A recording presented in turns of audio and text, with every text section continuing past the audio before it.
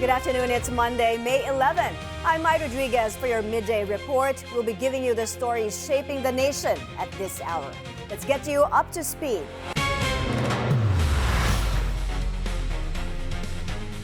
The House of Representatives is set to vote today whether to impeach Vice President Sara Duterte.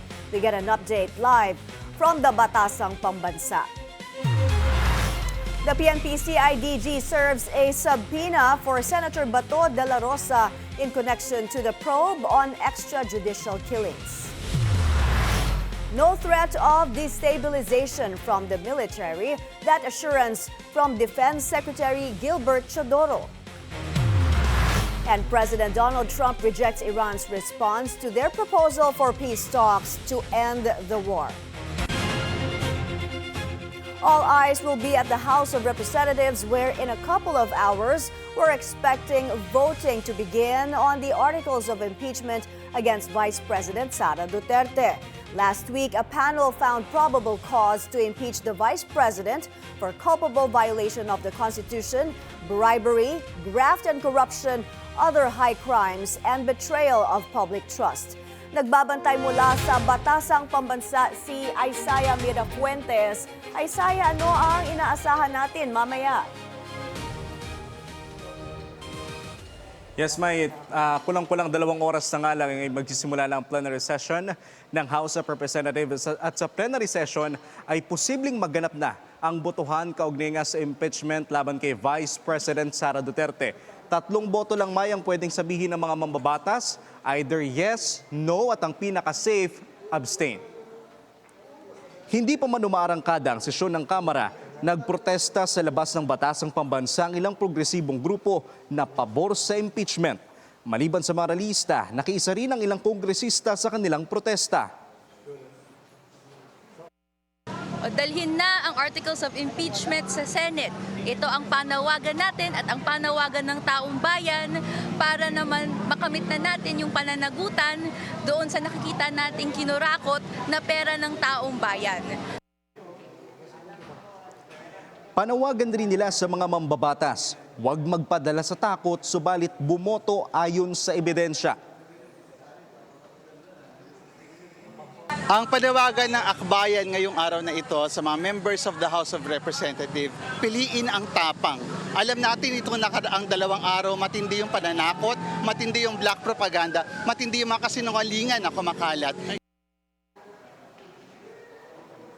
Sa inaasahang botohan mamaya sa Kamara, 2 lang ang pwedeng mangyari. Kapag nakakuha ng 106 votes na pro-impeachment, tatawid na sa Senado ang impeachment ng bise. Pero kung hindi, otomatikong dismiss ang reklamo laban sa vice-presidente. Confident ang ilang mambabatas na malalagpasan pa nila ang 1/3 votes at kakayanin pa raw madoble ito. May dito nga sa House of Representatives ay kaabang-abang ang mga mangyayari sa mga susunod na oras. Pero nauna na nga nagsabi ang kampo ni Vice President Sara Duterte na hindi sila dadalo sa deliberation kaugnay nga rito at ngunit manunood na lang sila online. At una nga, May, na mangyayari mamaya, no, ay inaasahan natin magkakaroon muna ng sponsorship na pangungunahan niya ni House Committee on Justice Chair Jervil Luistro, at matapos ang sponsorship, doon na magaganap ang deliberation o pagbibigyan ng mga mambabatas na magbigay ng kanilang mga opinyon kaugnay nga sa mga laman ng articles of impeachment laban sa vice-presidente. At matapos yan, May, ang pinakahuli, magaganap na ang botohan ng mga mambabatas. May. So Isaiah, it's not a question of if, but how many votes? Ilan ang boto? Yun ang tanong, di ba? Yes, May, tama ka dyan. Yun ang aabangan natin mamaya. Kasi as of now, base sa mga nakausap nating mambabatas, May, sa totoo lang halos lahat sila nagsasabi sa atin na lalagpas sa 106. But the question now, kung gaano kalaki yung magiging boto. Some are saying, especially according to Representative Terry Redo, naabot pa daw ito sa 215, which is doble ng inaasahang boto na, or required votes na dapat makuha dito sa Kamara. Ang sinasabi rin sa atin ng ilang mambabatas, posibleng nasa mga 180 to 190 lang, pero ang target daw mismo ng leadership ng Kamara ay umabot sa 200 votes. May. Alright, aabangan natin yan. 3:00 mamayang hapon. Maraming salamat, Isaiah Mirafuentes ng Abante, live mula sa Batasan Pambansa. A new coalition allied with opposition leaders continues to gain support in its Visayas leg. Among those who expressed his support was Senator Bato de la Rosa, now the subject of a subpoena by the PNP-CIDG in connection with alleged extrajudicial killings and amid rumors of an arrest warrant by the ICC. Jill Thebandal has this report. Yesterday in Visayas, the Rage Coalition held a large gathering with allied groups and various political leaders. The highlight of the event was the oath-taking of the new members of Rage or Reform Alliance for Accountability, Good Governance, and Ethics.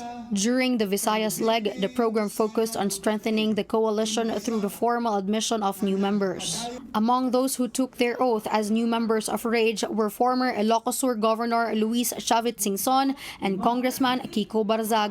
According to Barzaga, within the Rage Coalition, well, my role is the same. It's amplifying the message of anti-corruption and of the good governance shared by Vice President Sara Duterte and the previous Duterte administration. Meanwhile, it is also announced that after the Luzon and Visayas leg, the coalition will next head to Mindanao. Former COMELEC Commissioner Attorney Rowena Guanzon is expected to attend the upcoming gathering in Mindanao. Guanzon said she is ready to join and participate in the coalition's future activities. For Mindanao, I promise nga tanan kaya ko adtuan pupuntahan ko talaga. Support was also extended by Senator Bato de la Rosa through a voice record played during the gathering, where he reiterated his support for Vice President Sara Duterte amid current issues and the announcement of a subpoena by SILG. Padayon ko sa pagsuporta kang VP Sara Duterte, Inday Sara, na nagpadayon sa pagserbisyo sa atong nasod. This adds to the continuing expansion of the coalition following the oath-taking of the new members and its preparation for the upcoming Mindanao leg. Jill Thebandal, Bilyonaryo News Channel. Police have served a subpoena for Senator Ronald Bato de la Rosa, who has long been absent from the Senate. The PNP says this is in connection to the investigations on extrajudicial killings in Davao. Let's get the details from Joash Malimban. Joash, what's the latest? The Philippine National Police Criminal Investigation and Detection Group, or CIDG, has formally served a subpoena against Senator Ronald Bato de la Rosa in connection with the investigation into alleged extrajudicial killings in the Davao region. The investigation stems from findings discussed during Quad Committee hearings, as well as the alleged revelations made by self-confessed Davao Death Squad hitman and retired SPO3 Arturo Las Cañas. The subpoena was served at the Senate, but according to the CIDG, it was not received nor signed by the senator's staff due to the absence of instructions from De La Rosa. Authorities are also expected to serve the subpoena at the senator's known addresses in Davao City and Davao del Sur. Based on the subpoena, Senator De La Rosa is required to appear at Camp Crame in Quezon City on or before May 14, 2026. Failure to comply may result in an indirect contempt of court complaint against the senator. De La Rosa has been considered as one of former President Rodrigo Duterte's co-conspirators in his crimes against humanity cases in the International Criminal Court due to his bloody war on drugs campaign. The senator has repeatedly denied involvement in unlawful killings in connection with the ruthless war on drugs, insisting that law enforcement actions during the Duterte administration were carried out within the bounds of the law. He has been in hiding for almost 6 months since November 2025. Mai. Josh, how important is it that Senator Bato appear before authorities, especially with the impeachment complaint versus VP Sara Duterte expected to reach the Senate this week? What's clear at this point is that the subpoena comes at a politically sensitive time, especially with expectations that the articles of impeachment against VP Sara could reach the Senate. My reports have also emerged claiming that some members of the Senate minority and Duterte allies were allegedly discussing a possible leadership change or coup within the chamber. According to sources, the effort was allegedly not gaining enough support, partly because Senator Bato was not present and some members of the majority coalition were not on board on the idea. The leadership question is significant, Mai, because under the Constitution, the Senate President would preside over any impeachment trial if an impeachment court is convened. On the legal side, there are differing opinions being raised publicly. Some lawyers have pointed to Republic Act 9851 in discussing possible scenarios if De La Rosa appears before the authorities, while others note that failure to comply with the subpoena could lead to further legal actions. But as of now, Mai, there has been no public announcement from authorities about any order to take the senator into custody, nor has any court issued a bench warrant against him. Mai. George, for now, may paramdam ba from Senator Bato or his staff? At ano ang mangyayari kung hindi siya sumipot sa Huwebes? May nakausap natin yung legal counsel ni Senator Bato kanina na si Attorney Torion. Pero sinabi nila na part of their legal strategy is hindi muna sila magbibigay ng tugon regarding dito sa issue. Yung mangyayari kung hindi siya mag-a-appear dun sa Thursday, according to yung subpoena, according to the authorities, possible na magkaroon ng indirect contempt complaint si Senator Bato, which means that a bench warrant can be issued against him if this complaint is filed before a local court or an RTC. Mai. Thank you for that report, Joash Malimban. Political commentator Chris Tan questions the ongoing trend among congressional representatives declaring that they will not participate in today's impeachment vote. Speaking to BNC's memo, Tan believes that declaring non-participation enables some lawmakers to assess the political playing field. Pero bakit ikaw, ano yung vote? Ano yung, if Ronald thinks that it's 220, you think it will be less? I think it'll be less. I think it'll be probably 215 at the most. Baka nga 200, yun nga, baka may mag-absent, mag-abstain. Nagugulat nga ako sa mga ibang nagsasabi na, bakit sila nagsasabi na mag-a-abstain sila? Nagdedeklara. I'm like, bakit mo dinedeklara yun? Ano yun? Nagpaparamdam ka ba? Nagpaparinig ka ba sa mga particular people? You know? Ano yun? Namimresyo? Ganon? Oo. Parang gano'n. Parang nag-perform para nag-audition para kay VP Sara Batong mga to. Parang gano'n yung dating eh. Tan also mentioned that political retaliation is already at play and may contribute to the hesitation of some lawmakers to give their actual vote. The country's defense chief assures the public there is no threat of destabilization from the military amid impeachment moves against the vice president.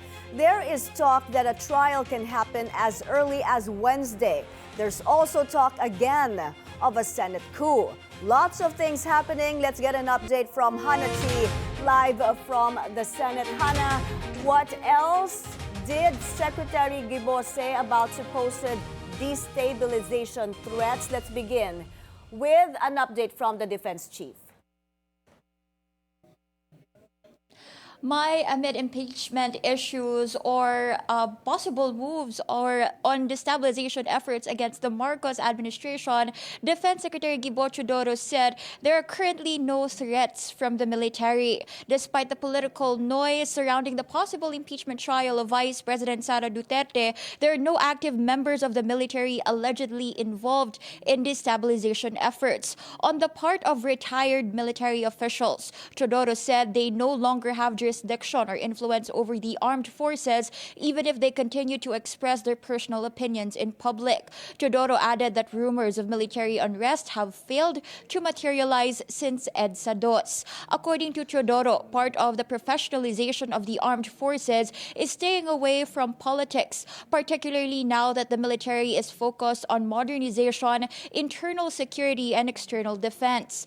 It's possible that the Senate could convene as an impeachment court as early as May 13 if the House of Representatives secures the required 106 votes and transmits the articles of impeachment against the VP this week.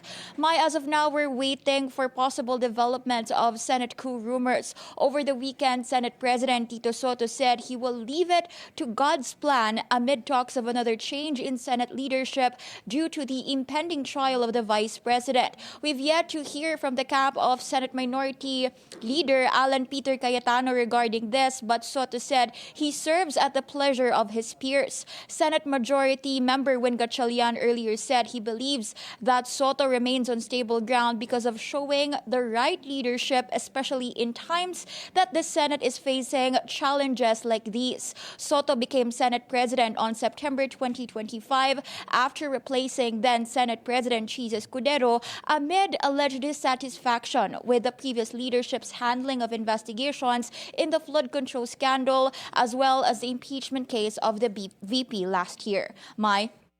Hana, dito sa supposed coup sa Senado, sino daw ang gusto ipalit kay SP Soto? May base doon sa mga naibalita over the weekend, ang minamataan umanong pumalit kay SP Soto ay itong si Senator Loren Legarda. Pero ngayon lang si Senator Robin Padilla ay nagpahayag ng kanyang pagtingin pagdating dito sa rumors ng Senate coup. At sinabi niya na speculation lang daw ito about an alleged plan nga to change the Senate leadership para raw mapigilang mag-convene itong impeachment court. At kung tawagin niya ay chismis daw ito. And he further maintained that the Senate majority remains stable, saying it should be already obvious to the public. At kung matatandaan natin, si Senator Robin Padilla yung nagsabing papel ng Senate minority ang pag-o-oppose dito sa Senado. This is after nga sa posibleng development ng impending impeachment trial ni VP Sara dito sa Senado.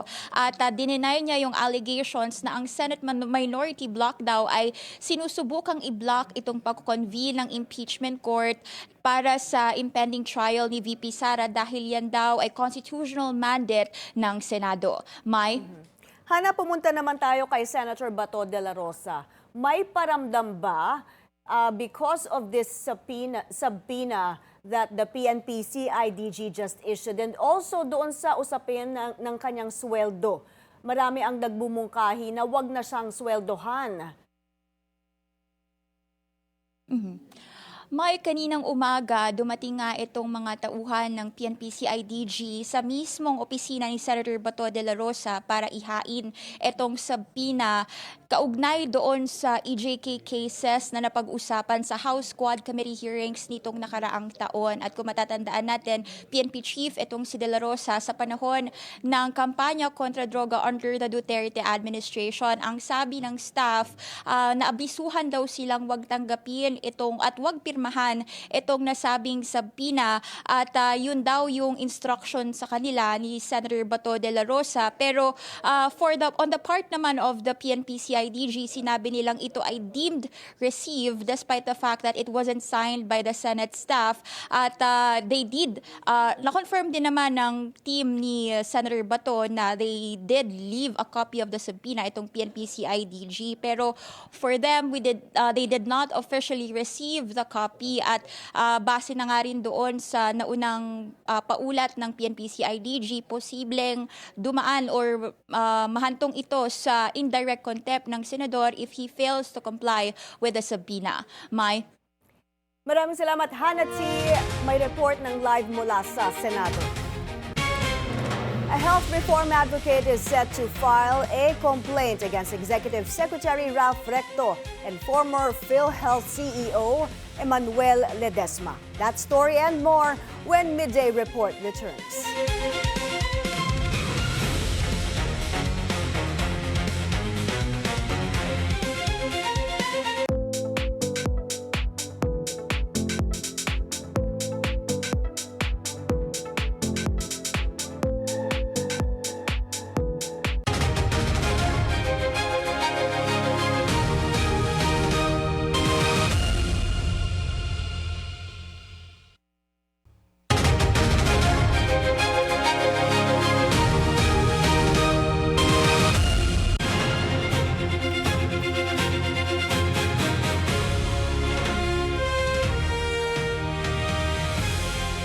You're back on Midday Report. Health reform advocate Dr. Tony Lichon plans to file a complaint against Executive Secretary Ralph Recto and former PhilHealth CEO Emmanuel Ledesma in connection with PhilHealth funds. Leachon tells BNC's at the forefront, 180 billion and not 60 should have been returned to PhilHealth. Leachon adds the 106 billion pesos worth of supposed excess funds taken from the Philippine Deposit Insurance Corporation or PDIC should also be returned. Dinideclare ko na rito, magpa-file ako talaga ng cases for alleged technical malversation based on the things na nalalaman ko at para susugan ko din yung iba nag-file. According to Justice Carpio in many of the interviews, this is an alleged technical malversation. At yun siguro ipa-file ko in the next 2 weeks. Pero yung urgent, yung binanggit ko sa iyo kanina is to review.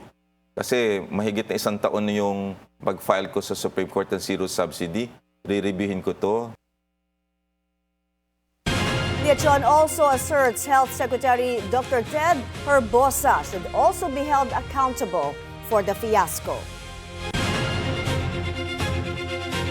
The lawyers of controversial PGMN anchor CJ Hiro appear before the National Bureau of Investigation after the vlogger posted the supposed video expose that will allegedly tie former House Speaker Martin Romualdez to corruption and the flood control scam. Andrea Salve is reporting live from the NBI in Pasay City. Andrea, go ahead. Only the lawyers of PGMN anchor CJ Hiro appeared before the NBI OTCD today to respond to a subpoena linked to the ongoing probe into the alleged extortion attempt against former House Speaker Martin Romualdez. Earlier, NBI Director Melvin Matibag said Hiro has been tagged as a person of interest in the case due to her alleged involvement in the production of the so-called expose video against the former speaker. After days of social media silence, Hiro reappeared online Sunday night and posted the controversial video herself, claiming it was, and I quote, the story that Martin Romualdez wanted to kill. Before the video was released, the network issued a statement maintaining its innocence following the release of PGMN founder Franco Mabanta and his group from detention on Saturday. The network denied the extortion allegations and insisted that it was Romualdez's camp that repeatedly reached out to them. They also claimed the NBI operation was an illegal setup. Last Tuesday, authorities arrested Mabanta and 4 other individuals at a country club in Pasig City after they allegedly received entrapment money placed inside suitcases. Back to you, Mai. Andrea, have you spoken to CJ Hiro's lawyer and what did they say as to where she is? My Hero's counsel, Attorney Lian Kakapit, told us his client is currently out of town. He also denied reports that Hero is evading authorities following the arrest of Franco Mabanta and 4 other personalities linked to the case. Sabi pa ni Attorney Kakapit ay walang dapat ikatago yung kanyang kliyente. Mai. Andrea, what happens next at ano ang sinasabi nitong mga lawyers ni CJ Hiro regarding doon sa supposed expose na nilabas ng PGMN? Sinasabi nila ito raw ang magtuturo kay Martin Romualdez as the mastermind ng flood control scandal. Pero marami ang nadismaya at marami rin ang nagsasabi na hindi naman talaga siya expose. Tama, Mai. We've actually read mixed reactions from those who already watched the video. But according to Hero's lawyer, ay dapat hintayin na lang yung kanyang kliyente ang sumagot dito sa mga reaksyon na ito. Earlier, they secured a copy of the subpoena saying their camp had yet to receive the document. They also requested a reset of the hearing para bigyan ng dagdag oras si Hiro na mag-respond doon. And they are now eyeing a tentative date, scheduled next week, most probably, which her camp says they will prepare for. Mai. Thank you, Andrea Salve, live from the NBI in Pasay City. In response to the ever-growing number of troll farms in the country, DICT Secretary Henry Aguda says that they can raid these establishments anytime. In an exclusive interview on Memo, Aguda states that these troll farms need to be monitored closely, especially if they are involved in anything related to destabilization and the sale of illegal financial instruments, among many others. So kumbaga parang mas safe para sa may inaalaga ang mga troll na totoong mga tao at marami. At sa bawat isang tao, Willard, 50 account ang ginagawa nila. Sabay-sabay, no? Sabay-sabay. Oo. So, yun po ba hindi pwedeng i-raid? Pwede yun. Pwede? Pwede yun. May mga violation yung mga yan. Pag ginamit nila yan for destabilization and ganyan, mariraid yan. Kung ginagamit nila yan to sell illegal financial instruments, mariraid din yan. Depende kung anong krimen ang nagaganap doon. Secretary Aguda also warns that the public that engaging with them only worsens netizens' social media addiction.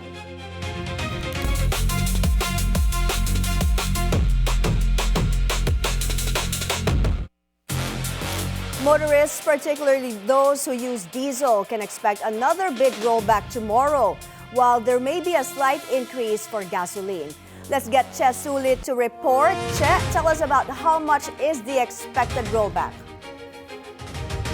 Yes, Mai, diesel users may finally get some relief at the pump this coming Tuesday, while gasoline motorists could face another price hike.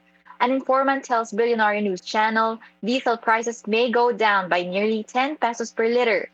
Gasoline, however, may see a slight increase of almost 50 centavos per liter. These are also reportedly the computed price adjustments of the Energy Department, the source adds.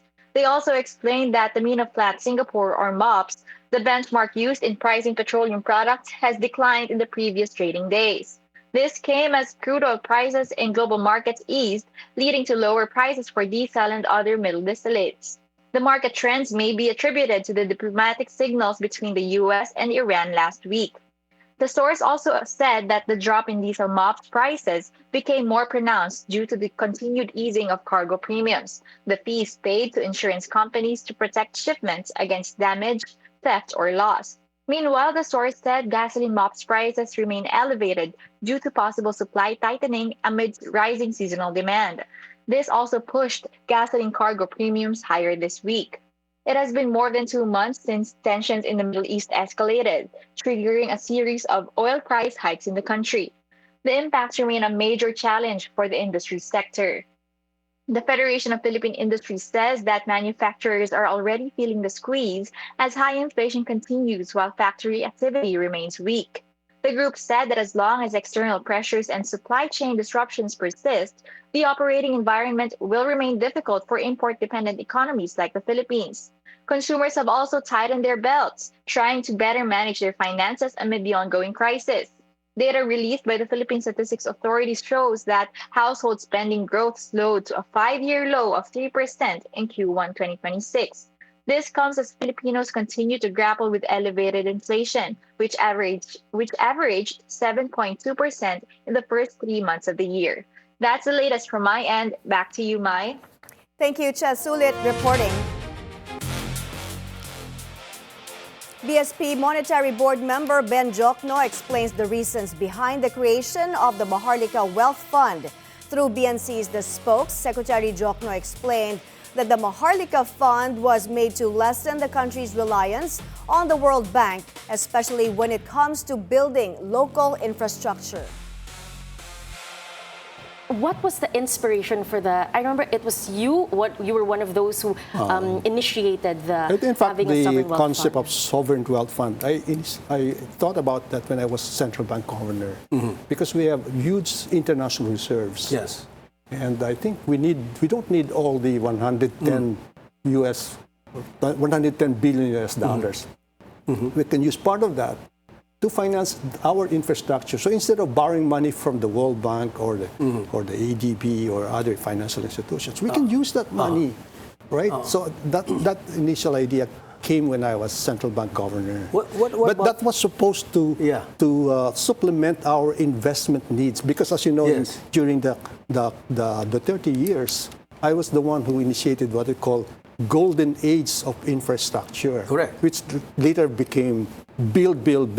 I was thinking that fund will be used for infrastructure project that will give benefits for future generations. Because we've been underspending. In Indonesia, they were able to use it for like social services later on. No, like I wouldn't use it for social services. I think it's really for infrastructure spending. Investment. In fact, on infrastructure, I have a bias towards mass transit system, rail system, subway. In fact, my pet project, I hope it materializes, is a subway, a rail system that goes from Luzon down to Mindanao. Jokno also explained why he declined to manage the fund. It was actually offered to you as well, na ikaw maging presidente ng Maharlika Fund. Siguro, unang tanong namin, so why did you decline? And number two, as Margo said, ano bang latest ngayon dyan sa Maharlika Fund? Have they been achieving what were they supposed to achieve? Dasa na sila ngayon? I'd like to confirm that was offered to me by the president, but I said I'm better off. I think I'll have a more contribution as BSP. Member of the board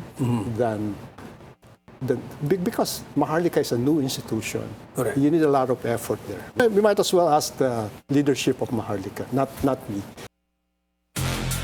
Secretary Jokno took pride in being the promulgator of the Maharlika Wealth Fund, deeming himself as the one who introduced the golden age of infrastructure during the Duterte administration. The president of Paraguay is in Malacanang as part of his state visit to the Philippines. Ivy Reyes joins us for more. Hi, Ivy. What were the key issues tackled? Yes, my Paraguayan President Santiago Peña Palacios is on his second day of his official visit to the Philippines, Paraguay's first since diplomatic ties were established in 1962. Palacios arrived at the Ninoy Aquino International Airport past 3 in the afternoon yesterday and was welcomed by Trade Secretary Cristina Roque. In this historic visit of Paraguay, trade, investment, and agriculture are the three key areas of bilateral talks. According to Malacanang, the visit aims to strengthen cooperation between Philippines and Paraguay. Palacios is an economist by profession and was the former Minister of Finance who advocated for modernizing their economy and furthering foreign investment. During their bilateral meeting this morning, Palacios pledged the country's commitment to help aid food security in the Philippines. 3 agreements were signed by Asuncion and Manila, with a memorandum of understanding waiving visa requirements for Filipinos with regular passports entering Paraguay. Another MOU was signed for the diplomatic training between the foreign ministries of both countries. And a memorandum of agreement with Paraguay's investment and export network was inked together with the Philippine Chamber of Commerce and Industry. On trade, President Marcos raised the possibility of exporting tuna, sardines, and milk fish to Paraguay, aside from earlier talks on renewable energy and food security. President Palacios has clarified his country's first visit on Philippine soil is out of their political will to engage the Philippines as mutual understanding of and respect for international law. And for President Marcos's part, he hinted on a visit to Paraguay as the Philippines has to return the favor of the Latin Americans' official visit. Mai? Thank you, Ivy Reyes, reporting from Malacanang. Coming up next, the latest on the hantavirus outbreak and a storm back here at home when Midday Report returns.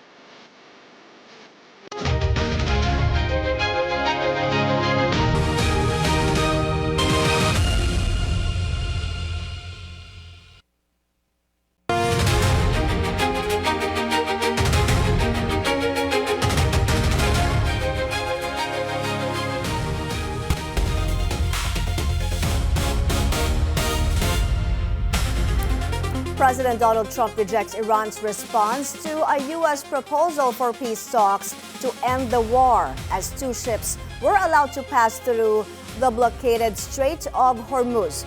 Ryan Brooks reports. Iran on Sunday sent its response to a U.S. proposal to end the war, but U.S. President Donald Trump rejected it within hours. In an online post, Trump said that, quote, "I have just read the response from Iran's so-called representatives. I don't like it, totally unacceptable." Iran's state news agency said Tehran's demands include an immediate end to the war, a halt to the U.S. naval blockade, guarantees against further attacks, and the lifting of all sanctions, including the U.S. ban on Iranian oil. Shortly after Trump's post, the Iran state news agency quoted a source saying that Trump's reaction, quote, "doesn't matter at all," and that no one in Iran drafts plans to please the U.S. president. It all followed an earlier U.S. proposal to end fighting in a limited pact that puts off harder issues like Iran's nuclear program. Trump has been under pressure to draw a line under the war, which has set off a global energy crisis. After the start of the war, Iran blockaded the Strait of Hormuz, which had carried a fifth of the world's oil supply. Sunday's news came after hostile drones were spotted over multiple Gulf countries despite the month-long ceasefire between the U.S. and Iran and breaking 48 hours of relative calm. However, two ships passed through the Strait of Hormuz on Sunday. Data from shipping firm Kepler showed one of them was a Qatari liquid natural gas tanker. Sources said it was heading for Pakistan to offer some relief after a wave of power blackouts caused by stymied imports of gas, and that the transfer was an Iranian show of goodwill to Pakistan and Qatar, who are both involved in mediating peace talks. Clashes have also continued in southern Lebanon between Israel and the Iran-backed militant group Hezbollah, despite a U.S.-brokered ceasefire weeks ago. The latest talks between Israel and Lebanon are due to start in Washington on Thursday.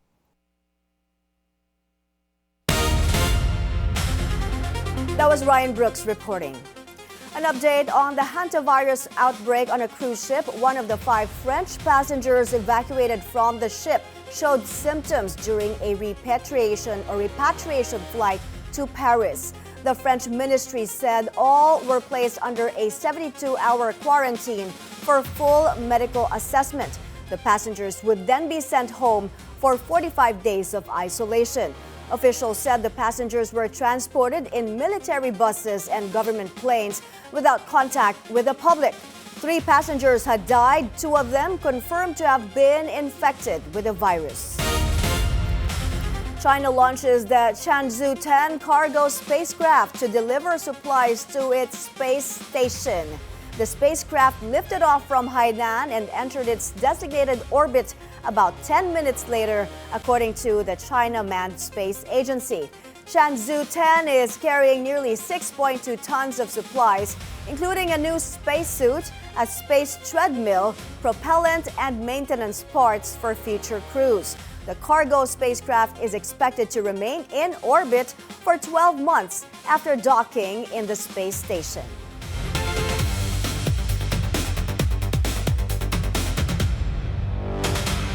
The Minnesota Timberwolves went 2-for-2 against the San Antonio Spurs in Game 4, putting a halt to the Spurs' momentum and living to see another game. Timberwolves sensation Anthony Edwards did not disappoint in his spur-of-the-moment counter, maneuvering over Spurs guardian deity Victor Wembanyama and closing the win 114-109. Pegged as one of the hottest face-offs this season, the two teams will face each other again on Game 5 this Wednesday, 9 a.m. Philippine time. Meanwhile, the New York Knicks erupt for 25 three-pointers to crush the Philadelphia 76ers 144-114 and complete a second-round playoff sweep. Miles McBride scored 25 points with 7 pointers, while Jalen Brunson added 22 points. New York tied NBA playoff records for the most three-pointers in a quarter, half, and game. The Knicks advances to their second straight Eastern Conference Finals. They will face either top-seeded Detroit Pistons or fourth-seeded Cleveland Cavaliers for a spot in the NBA Finals. Despite seeing her impressive run in the Italian Open come to an end, Filipina tennis sensation Alex Ayala showed she can compete with the world's best on clay. Anton Rojas has the story. Filipina rising star Alex Ayala fought hard but fell short against world number 2 Elena Rybakina of Kazakhstan in the third round of the Italian Open in Rome. Ayala displayed some of the best clay court tennis of her young career despite a straight sets loss 6-4, 6-3 against the relentless former Wimbledon champion who recorded her 29th win of the season. The 20-year-old Filipina showed poise in her first ever meeting with Rybakina, even taking a 2-1 lead in the second set after breaking the Kazakhstani star to love. But Rybakina responded with her powerful serve and aggressive shot making, finishing with 6 aces and 28 winners. With the victory, Rybakina advanced to the round of 16 in Rome, where she won the title in 2023. Despite the loss, Ayala continues to build momentum after reaching the third round of a clay tournament for the first time in her career, and she is expected to compete in the main draw of the French Open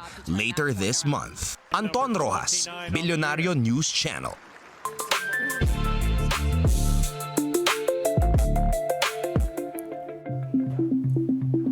Check on the weather. The storm Kaloy has been downgraded to a tropical depression, slowing down as it moves northwest over the Philippine Sea.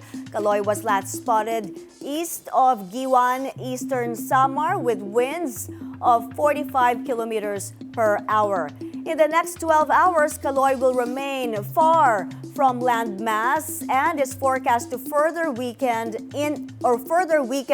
into a remnant low-pressure area today.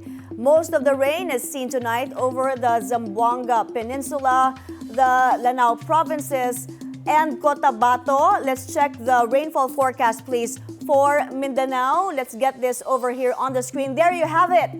The Lanao provinces over here and Cotabato, also the Zamboanga Peninsula, will see about 3 hours of rain from 5 to 8 p.m. tonight, but this all clears by tonight and tomorrow. It's mostly fair conditions for most of Mindanao. And the rest of the country as well, with the easterlies still prevailing across the archipelago, bringing warm winds from the Pacific.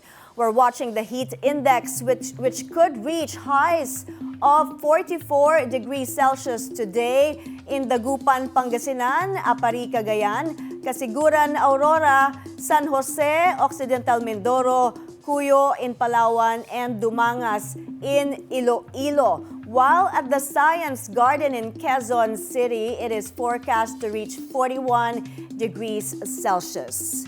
We're seeing good weather for Metro Manila, Baguio, Davao, and Cebu City today and the next 3 days. As expected, very hot in Metro Manila. Actual temperatures will range from 27 or 28 to 36 degrees Celsius. In Baguio, temperatures range from 18 to 25 degrees Celsius, while Davao will see highs of 34 degrees. Mostly good conditions there, just occasional rains on Thursday, as you can see here. And same with Cebu, good weather in Cebu. Temperatures there range from 27 to 33 degrees Celsius. That's how skies are shaping up. Stay hydrated and stay safe.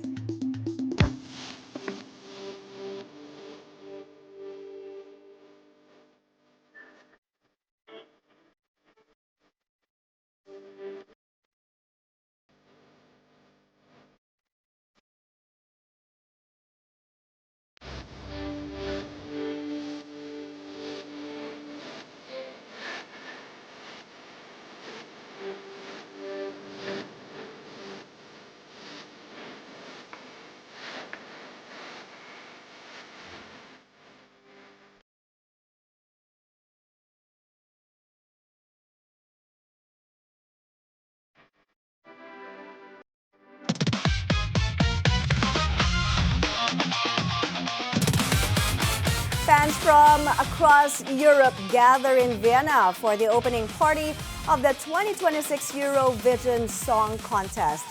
Attendees took part in sing-alongs and welcomed this year's contestants during the turquoise carpet event in the Austrian capital.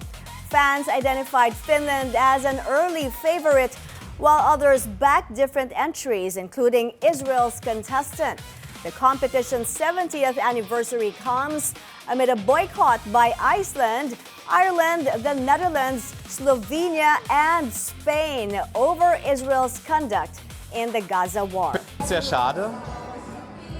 Ich verstehe grundsätzlich. I think it's a real shame. I understand the basic intention behind it all, but at the end of the day, this is a music contest and politics should be left out of it. Sollte man irgendwo ausblenden.